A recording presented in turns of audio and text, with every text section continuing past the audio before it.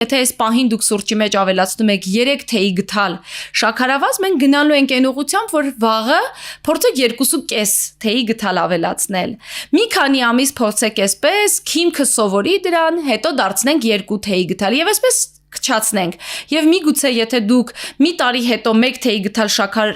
ավելացնեք ձեր թեյի կամ սուրճի մեջ, դա շատ ավելի լավ լինի, քան 1 ամսվա ընթացքում լրիվ բացառեք շաքարավազը։ Այո, իսկ հետո նորից նույն սովորությանը հետ դառնաք։ Ինչ ուտել, ինչպես ուտել, երբ ուտել, որպեսզի առողջությանը վնաս չհասցնենք, դեռ մի բան էլ, ինչպես դուք նշեցիք, կանխարգելենք որոշ հիվանդություններ։ Սննդակարգը պետք է լինի բազմազան, սննդակարգը պետք է լինի բալանսավորված, սպիտակուցներ, ճարպեր, ածխաջրերը պետք է լինեն բալանսի մեջ, պետք է մի փոքր սահմանափակենք շաքարի քանակությունը, ես այստեղ հատուկ նշում եմ մի փոքր պետք է սահմանափակենք, որովհետև չի գնում այստեղ բացառությունների, պետք է բացառենք, ընդհանրապես ոչ մի գրամ շաքար չուտենք, դա մեր միակ թշնամին է եւ այլն, որը որ այս պահին կարող ենք տեսնել, որ բավականին շատ պրոպագանդվում է եւ մենք հասկանում ենք, որ այստեղ կարող են լինել նաեւ ծայրահեղություններ։ Դրա համար շատ ավելի լավ է սովորություններ ձեռք բերելու ուղղությամբ աշխատենք, առողջ ապրելակերպ եւ առողջ սննդակարգ մենք պետք է ունենանք ամբողջ կյանքի համար, ոչ թե կարճ ժամանակահատվածի ինչ որ նպատակով կամ նիհարելու համար կամ դրա համար կտրուկ փոփոխությունները ոչ մի դեպքում մեզ չեն բերի նրան, որ մենք այդ փոփոխությունը, այդ սովորությունը ունենանք ամբողջ կյանքի համար։ Կան տարածված սխալ սովորույթներ, որ ունեն մեր տարեցները, մեր ծնողները ու մենք էլ կարծես թե այդ ճանապարհով ենք գնում։ Շատ տարբեր են մեր տատիկները, մեր ծնողները եւ մեր ժամանակահատվածը, որովհետեւ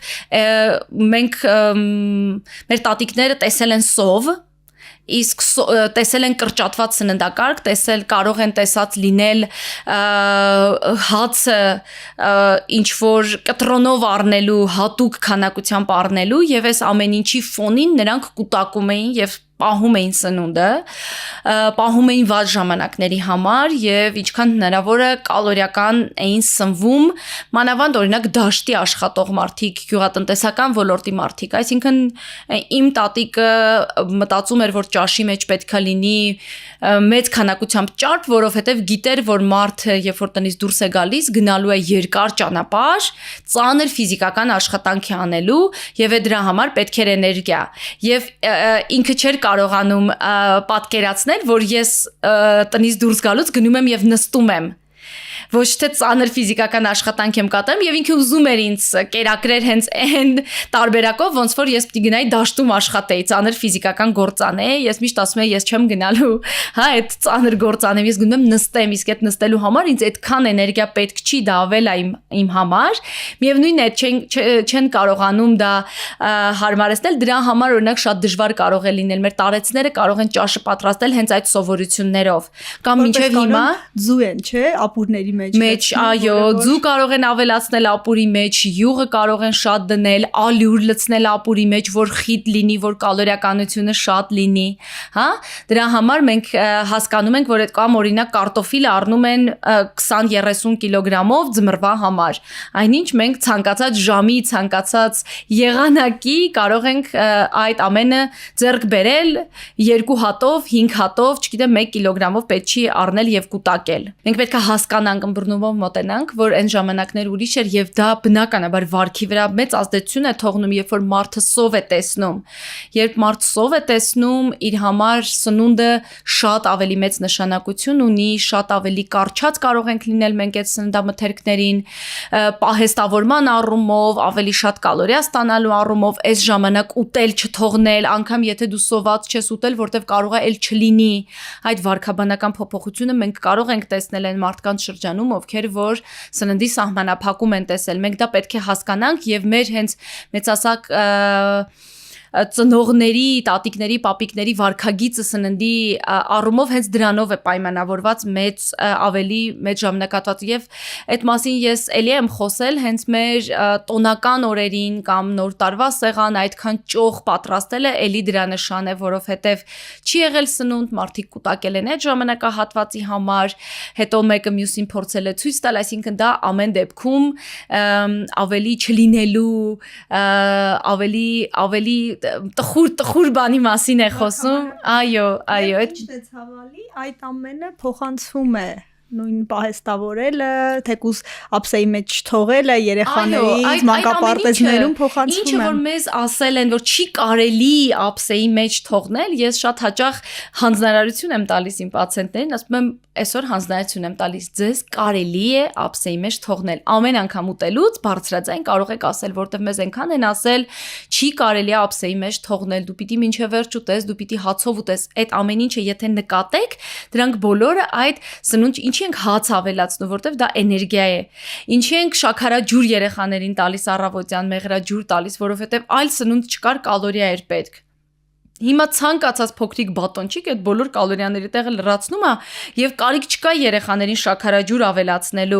Դա այն ժամանակ էր, երբ սնունդը չէր հերիքում եւ պետք էր գոնե թե դատարկ կալորիաներով երեխաներին պահել, մինչեւ որ որոշակի սնունդ կլիներ։ Այնպես որ մենք արդեն երիտասարդ ավելի սերունդը այս կոնտեքստում պիտի նայի այդ սովորություններին եւ ոչ թե որ դա է, դա ազգայինն է կամ օրինակ այդպես ենք սովորեք ուրորեն այդպես էլ շարունակում ենք անել, այլ այդ ամենը փորձի դնել հիմիկվա 21-րդ դարի կյանքի, ինչքան եմ ես շարժվում, ինչքան էներգիա եմ ծախսում, էներգիայի ամենահասարակ պահպանման օրենքները եւ մնացած բաները, հա, որ ես պարզա, որ այն ժամանակահատվածի չափ չեմ աշխատում, թեկուզ նրա պատճառով, որ լիֆտեր կան, ավտոմեքենա կա, իսկ այն ժամանակ անցած անգամ ասում եմ, հա, գիրք էի կարդում, որտեղ որ գրված էր, որ մենք տնից դուրս եկանք եւ պետք է 2 օր քայլեինք մինչեւ աշխատանքի տեղը, հա, ոնց որ մի 2 գյուղ պիտի անցնեին, շատ երկար ժամանակ էր, հետո այնտեղ պիտի մնային, աշխատեին, հետ դառնային այդքան։ Մեր համար անգամ երբ որ գրքի մեջ այդպիսի բան ենք կարդում, շատ տարօրինակ, հա, աչքին բան կարող է թվալ, որովհետեւ հիմա ցանկացած վայր գնալու համար շատ կարճ ժամանակահատված է պետք։ Եվ ոչ մի ջանք եւ ոչ մի էներգիա։ Եվս մեկ անգամ ուզում եմ նշել եւ հիշեցնել, որ պրեպարատները շատ ավելի քիչ կարող են ազդել լյարդի վրա կամ այլ օրգան համակարգերի վրա եւ ավելի լավ ազդեցություն ունենալ գլխուղեղի վրա, քան օրինակ, չգիտեմ, շատ վախենալու բաներ չասեմ, բայց օրինակ ալկոհոլը Թեկուզ հենց ալկոհոլը կամ ճարպոտ սնունդը ավելի վատ ազդեցություն կարող է ունենալ լյարդի վրա, քան մի պրեպարատը, որը խմեցինք խոլեստերինի համար կամ զարկերակային ճնշում իջեցնելու համար։ Հետո հիշում ենք, ինչքան շուտ սկսեցինք խմել պրեպարատը, ինչքան առողջ ապրելակերպը կողքից կպցրեցինք այդ ամեն ինչին, այնքան ավելի քիչ պրեպարատների քանակություն ենք ունենալու։ Եթե չթողեցինք ծայրահեղ թվերի, բարձր թվերի դեկոմպենսացված երկար ընթացքի։ Ինչ է ցույց տալիս ձեր պրակտիկան, ձեր պացիենտներից, ձեր բուժառուներից, տարեցները հիմնականում ինչ խնդրով են գալիս եւ ինչպես է հնարավոր լինում սննդակարգի փոփոխությամբ հասնել դրական տեղաշարժի։ Դուք արդեն մի քանի հիվանդություն նշեցիք, որ բնորոշ են մեր երկրում տարեցներին։ Ցավոք սրտի տարեցները շատ դիմելություն չունենք տարեցների, եթե ես տարեցներ ունեմ իմ պրակտիկայում երեխաները բնականաբար բերել են, այնտեղ արդեն ունենք ծանր խնդիրներ, ոչ թե սննդակարգի հետ կապված, այլ մենք արդեն ունենք քաշի հետ կապված ծնկոսկրերի, հոդերի հետ կապված խնդիրներ, երբ որ մենք արդեն, հա, պացիենտ արդեն պետք է գնա վիրահատությանն էլ չեն կարողանում գնալ քաշի պատճառով, այստեղ խիստ ցուցում է քաշի նվազեցումը, օստեոպարոզի խնդիրներ կարող են գալ, որտեղ որ սննդակարգելի մեծ նշանակություն ունի, կանխարգելումը մեծ նշանակություն ունի, քանի որ լսում եք դիետոլոգի եւ դիետոլոգը ամեն դեպքում ձեզ մոտ ասոցացվում է